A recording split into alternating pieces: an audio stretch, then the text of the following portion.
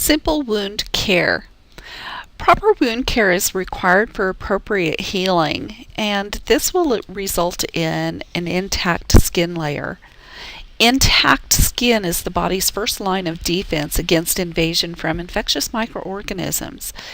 Wound healing occurs in the same way for all clients, with skin cells and some tissues regenerating quickly and others regenerating slowly or not at all. Location, severity, and extent of the injury, along with the tissue layer or layers that are affected, will affect how well a wound heals. So let's look at wound classifications. We start by looking at skin integrity. Open wounds will involve a break in the skin or mucous membranes. Closed wounds, there's no break in the skin, and they result from a blow, a force, or strain, and there is injury to underlying tissues. Healing time, we have acute and chronic. With acute, it proceeds through an orderly and timely healing process. Anatomical and functional integrity is restored. Some of the causes would be like a surgical incision or a trauma.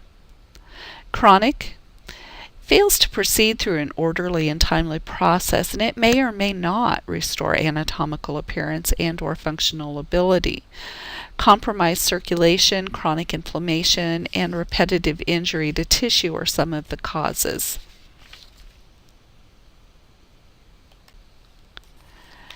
Causes of wound might be intentional, which is a result of a planned therapy or treatment that requires invasive measures. Those wounds usually have clean edges and controlled bleeding, such as an incision or an IV site. Unintentional would be from unexpected injury or trauma, such as an accident, a burn, stab wound. Contamination is likely with these wounds. The edges are usually jagged. Bleeding may be uncontrolled. There is a higher risk of infection, and it usually will take longer for these injuries to heal. Severity of injury, we have superficial, which involves only the epidermal layer of the skin. For example, a friction rub, abrasion, a first-degree burn, or shearing. Penetrating, a wound involves a break in the epidermal skin layer, dermis, and deeper tissues or organs. For example, a foreign object or an instrument enters into the body tissues. Might be a gunshot wound, might be a stab wound, etc. Perforating, foreign objects enter and exit an internal organ. Examples are the same as penetrating, but they go through and through, like a gunshot wound or a stab. I do want to point out that pressure ulcers start as superficial wounds and they do progress. We look at the degree of contamination, and we list these in the order of the least risk to the highest risk. Clean wounds might be surgery or a closed wound, and they contain no pathogenic organisms. Clean contaminated would be a surgical wound in which the respiratory, gastrointestinal, or genitourinary systems are entered. They do have a higher risk of infection than clean wounds. Contaminated wounds are open accidental wounds, or maybe from surgery that has a major break in asepsis. Could be surgery with major contamination from the GI system. These have a high risk of infection. Infected wounds have pathogens, such as an old traumatic wound or a surgical incision into an infected area. There is an actual infection going on. A colonized wound will have microorganisms, and usually they're multiple organisms. They're chronic in nature, most likely, and very slow to heal.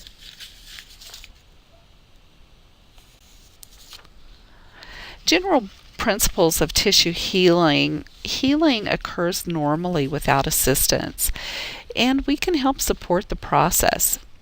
The body's ability to handle tissue trauma is influenced by how extensive the damage is and the person's general health status. Chronic health issues actually delay healing of tissue. Might be anemia, malnutrition, diabetes, immobility, and some medications. And those are just some examples. The body's response to injury is more effective if proper nutrition is maintained. They need an increase in calories, protein, vitamin C, A, E, and zinc, and they need to be drinking a large amount of fluid. The blood transports substances to and from injured tissues, such as oxygen, nutrients, and it removes the waste and the toxins from the wound. Normal healing is promoted when the wound is free of foreign bodies, such as infection. Increased age will also affect healing, and it will usually take longer. Stress, social impact of wounds on the physiological process of healing is really not known, but stress does increase the metabolic demands, and it can slow down the body's ability to heal. I've always told my patients that if they're in pain, pain causes stress, and stress slows healing down. So it's better to not be macho man, and if they need something for pain, to take it. The picture that is shown here is purulent drainage. So how do wounds heal? Well, there's 3 different ways. We have primary intention, where we have wounds that are clean, straight line, small loss of tissue. Wound edges are well approximated with sutures. There's rapid healing and minimal scarring. Examples would be most surgical incisions or lacerations, just small, simple lacerations. Secondary intention, the wounds are left open and they're allowed to heal by scar formation. Tissue loss and open wound edges are normal.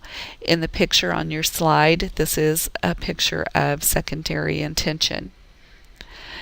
It is a natural healing process, and there's gradual formation of granulation tissue. It kind of heals from the inside out. Healing takes longer. The wounds are not edges are not approximated, and there is increased scarring. Examples would be severe lacerations or a massive surgical intervention with skin loss. And tertiary intention is also known as delayed primary intention or closure. A wound may be left open for 3 to 5 days to allow edema or infection to diminish prior to suturing. There is a greater inflammatory reaction, greater granulation, greater risk of infection, and greater scarring. So they leave it open for a few days and then they will close it. Wound repair. We start off with the hemostasis phase, where the blood vessels will constrict, begins to coagulate, a clot is formed, and that controls the bleeding and helps provide barrier against infection. And then the growth factors are released and the repair process begins. We look at the 3 R's: reaction, reconstruction/regeneration, and remodeling. So the reaction would be your inflammatory reaction. The reconstruction, regeneration is the healing process. The remodeling is the scar process. The inflammatory phase is where vasodilation occurs. Leukocytes will arrive at the wound to begin wound cleanup, and this will last about 3 or 4 days. There's a thin layer of epithelial cells that will form across the wound. It's a generalized body response, and you'll see a mildly elevated temperature, especially at the site of the wound. Leukocytosis first, and then your monocytes, and sometimes you'll have some general malaise. The proliferative phase will start about day 3 to 24. This is where the fibroblasts will synthesize collagens, and capillaries will grow across the wound. Granulation tissue, which is new tissue, it's very vascular, it's red, and it bleeds very easily. And then that remodeling phase is the final stage of healing. It will continue for at least a year and sometimes longer depending on the wound. Excuse me. The collagen is remodeled and new collagen is formed, and that's what you see as the scar. Complications of wound healing. Wound infection is the second most common nosocomial infection. Nosocomial being a hospital-acquired infection. CDC definition, a wound is infected if purulent material drains from it, irregardless of whether the culture comes back negative or positive. Signs and symptoms of infection, increased temperature of the body or the wound, or both, redness, tenderness at the site, pus or colored drainage. Now, sometimes you might see a drainage that has a slight yellow tinge to it, but it's clear. That is normal. It's a serous drainage, and it's very normal. That's not what we consider to be colored drainage. We consider infectious drainage to be drainage that you really can't see through. May have a foul odor, and they may have an elevated white blood cell count. If caring for extensive wounds that have purulent drainage, the nurse should always wear a gown. It doesn't have to be sterile. She should also wear a mask, and she may need 2 pairs of gloves. Infection. We see signs and symptoms usually within 2 to 7 days of the injury or surgery. If it's a contaminated or traumatic wound, sometimes only 2 to 3 days are required. For surgical wounds, 4 to 5 days is normal. Hemorrhage may be from a slipped suture, a dislodged clot, infection, or erosion of a blood vessel. Early signs and symptoms would be an increased heart rate and respirations and generalized weakness. Externally, you may see drainage on the dressing. Internally, there may be some distension to the wound, a change in the type and amount of drainage, hypovolemic shock, and hematomas. Dehiscence is a partial or total disruption of wound layers. Signs and symptoms would be increased serosanguinous fluid on the 3rd to 11th post-op day, not necessarily timed. Dehiscence can occur at any time, actually. And it's preceded by a sudden strain, such as coughing or vomiting. Evisceration is actual protrusion of viscera through the incision, and this is what your slide shows. If dehiscence or evisceration occurs, cover the site with sterile towels that are soaked in sterile normal saline. Make sure you notify the physician immediately. The patient should be NPO, monitor for signs and symptoms of shock, and prepare for possible surgical repair. Another complication might be a fistula formation, which is an abnormal passage between 2 organs or an organ and outside the body. May not even be between 2 organs, may just be in the tissue. It does increase the chance of infection and fluid and electrolyte imbalance, and it's usually the result of poor wound healing or complications of diseases such as Crohn's or cancer or infection.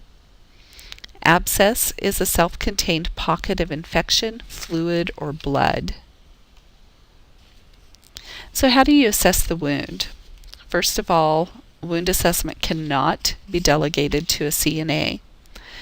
You do it frequency-wise, depends on the client's condition, the facility's policy, depends on the type of dressing, and your overall client goals. So actual assessment will depend on location. Where is the incision on the body? You need to document that.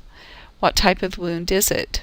So if there is an etiology, such as they may have a stab wound from endoscopic surgery, or they may have an incision and a drain site, you need to state which type of wound it is. Is it a surgical wound, a pressure sore, trauma?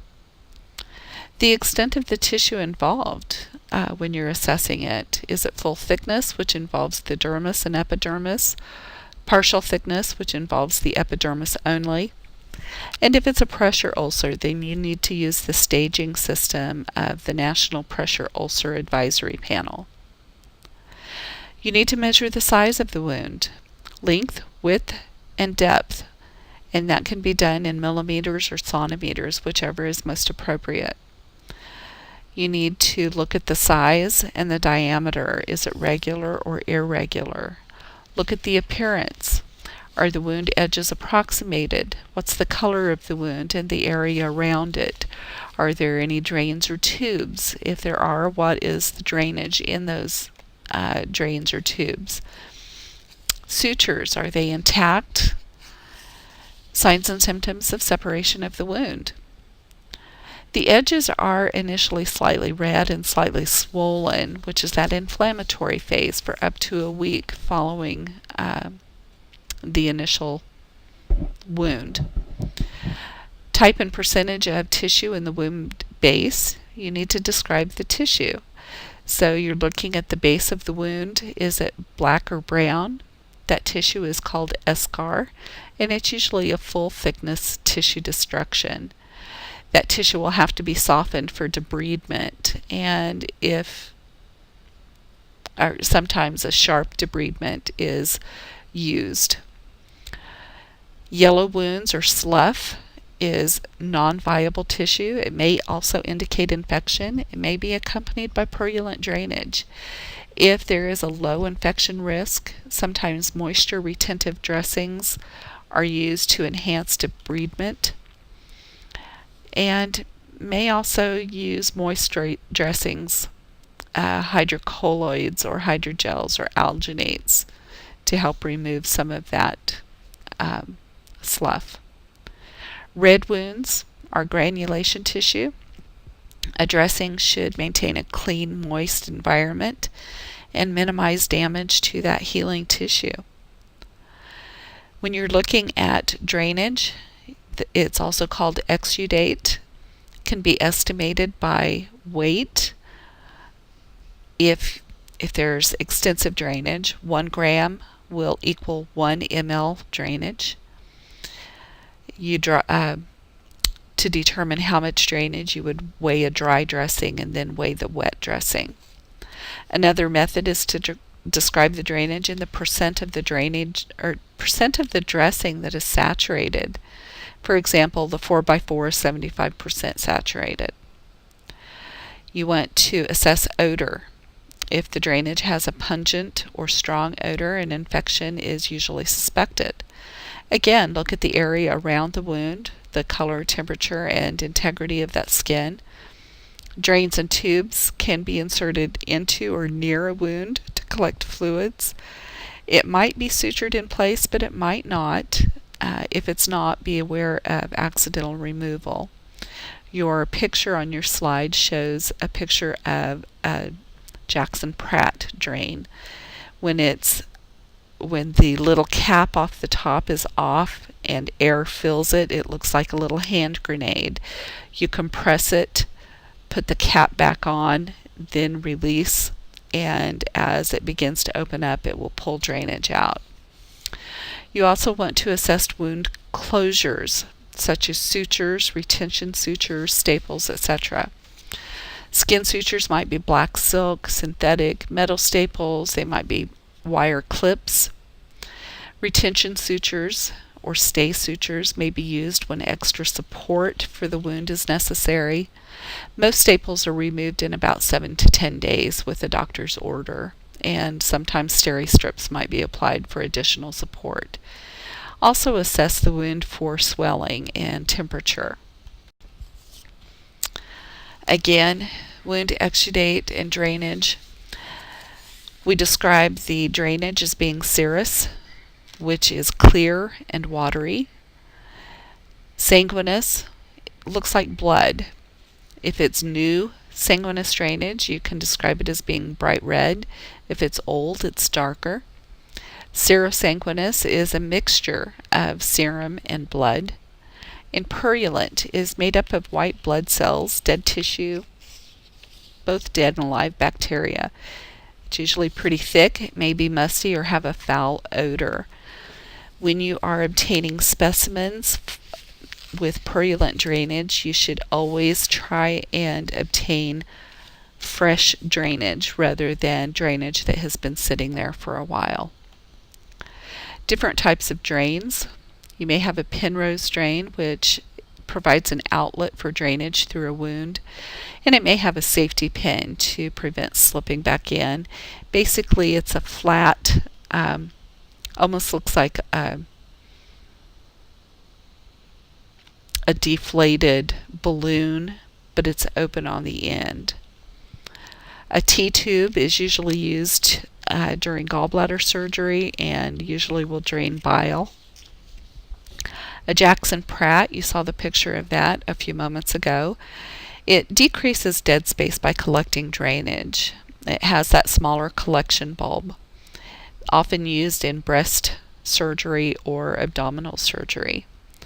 A Hemovac will also decrease dead space by collecting fluid. Has a larger collection container that has to be compressed to make suction. It also is used in breast removal, abdominal surgery, and frequently in orthopedic surgeries.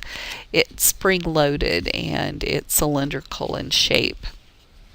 And a wound wick, which is what you have a picture here of.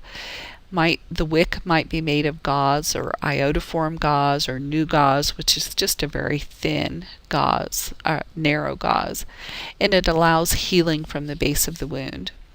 You frequently will see that with dirty surgical wounds, infected wounds, and sometimes hemorrhoidectomies.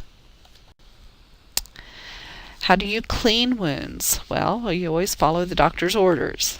But consider the client's need for pain medication prior to any cleaning or dressing changes.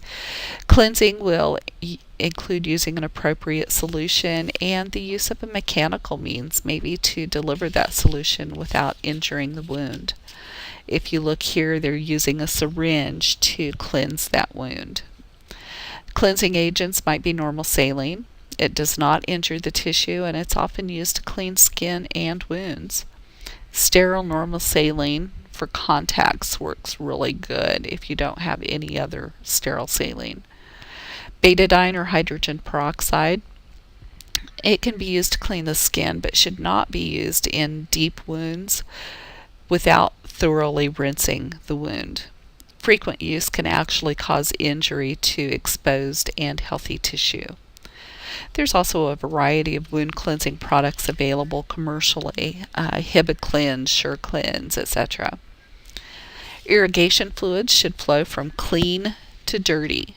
If the wound is postoperative, you always use sterile solution. If the wound is chronic, clean solution is adequate. Again, cleans from the least contaminated area to the most contaminated. A suture line is considered to be the least contaminated. Begin at the center of the suture line and work toward one end. Using another sterile swab or gauze, then you'll begin on the opposite side of the suture line and work towards the opposite end. All other cleaning involves working from the edges of the incision to the outside. If a drain is present, you'll clean in a circular motion around the wound, working towards the outside. Do not use the same cleaning tool from wound to wound because this can transfer possible bacteria. With debridement, this involves removing non-viable or dead tissue from a wound, and it does enhance healing. Sharp debridement will use a scalpel to remove the dead tissue. Mechanical debridement can be done with irrigation. An autolytic debridement will be moisture. It's basically removed with the dressing. So why do we use dressings? Well, to prevent contamination from microorganisms, and it also aids in hemostasis. It promotes healing by absorbing drainage and or debriding a wound. Some dressings are designed to retain moisture, though, to promote healing, so make sure you understand what process is being used on your patient. A dressing can also support or splint a wound site, and it can protect the client from seeing the wound. Some clients just do not like the sight. It also promotes thermal insulation of the wound surface and provides a moist environment when necessary. Different types of dressing include gauze, which is the most common. It does have a minimal to moderate absorption of exudate. There's no interaction with the wound edges, so there's little irritation. It can also be used to wick away secretions. Comes in packages as one or in packs, and there's various sizes. You may hear it described as new gauze or cling or Curlex or super sponge or an ABD or a surgical pad. Cover sponge is going to be a little bit more closely woven, not quite as absorbent. A drain sponge is going to be a pre-cut sponge. That is what is necessary to prevent fibers from getting into a wound. Bad thing about gauze is it can adhere to healthy tissue and cause injury on removal. Elastic bandages and gauze may be used to help secure dressings. When wrapping, you always start distally and wrap towards the body using even tension. Non-adherent or telfa has a shiny surface that's not supposed to stick to a wound, but sometimes it does. Self-adhesive or transparent films or bio-occlusive dressings can trap wound moisture over the wound and provide that moist environment for healing. Hydrocolloid dressings are for complex wound care. There's minimal to moderate exudate absorption. It's made of gelatin or pectin and carboxymethylcellulose particles. It does maintain a moist environment. These dressings are used for debridement. Duoderm and Tegasorb are a couple of types. Hydrogel dressings will hydrate the wound. They're water or glycerin based, and that's impregnated into the gauze. Partial full thickness wounds or necrotic wounds are what these are used on. They are for dry to minimal exudate wounds. Curacol, Intrasite gel, Vigilon are several types. Foam dressings. These are for dressings that have moderate to heavy exudate. Infectious dressings. They may promote wound desiccation if the wound drainage is pretty minimal. So you only want to use them with heavy drainage. Alginate dressings are a calcium sodium alginate fiber that form moisture retentive gels. These dressings are also used in wounds that have moderate to heavy exudate, also used for infections. May contribute to wound desiccation again if the exudate is too minimal and that gel dries. These are often used for packing deep wounds. Sorsan and Algicite M are some of the types. Montgomery straps might be used on long-term wounds to decrease skin breakdown, and I have a picture here momentarily. Edges of tape are folded over and you cut a hole, and then a strap is placed on each side of the wound. A tie can be made from unfolded 4x4s or new gauze, and this will hold the dressings in place without having to replace tape over and over, which can really interfere with skin integrity. Dressings can also be secured with a Curlex roll or ACE bandages. Make sure that you choose the appropriate dressing per the wound, per the drainage, and physician order. A dry dressing, use clean gloves, take off the old dressing, remove the glove, rolling that old dressing inside the glove. Make sure you have your sterile field, cleanse the wound appropriately, blot any moisture away with sterile gauze, and then apply your sterile dressing. layering it as indicated. Moist to dry, you put a mesh gauze in a container of sterile solution, wring out the excess solution and put a single layer onto the wound surface, and then you put dry dressings on top. Hydrocolloidal, hydrogel foam, and alginate dressings are changed when the integrity of the dressing is compromised or soiled, or per order. Might require some pre-medication. Wear gloves, remove the old dressing in the direction of hair growth. And you should always remove tape in the direction of hair growth. Remove the gloves again with the old dressing inside. Cleanse the wound per direction. Dry. And apply the new dressing. With the hydrocolloidal, do not stretch it or seal it with any wrinkles in it. Hold it in place for about 30 to 60 seconds because the heat of the hands is going to help seal it. You may need to apply secondary dressing or tape the edges. With foam, you'll cut the foam to the appropriate side with 1 inch on the peri-wound skin. Alginates, you fill the wound cavity 1/2 to 2/3 full. Loosely pack it into the wound and apply secondary dressings. Wound vacs, use negative pressure to remove fluid from the area that surrounds the wound, and it reduces edema and improves circulation to the area.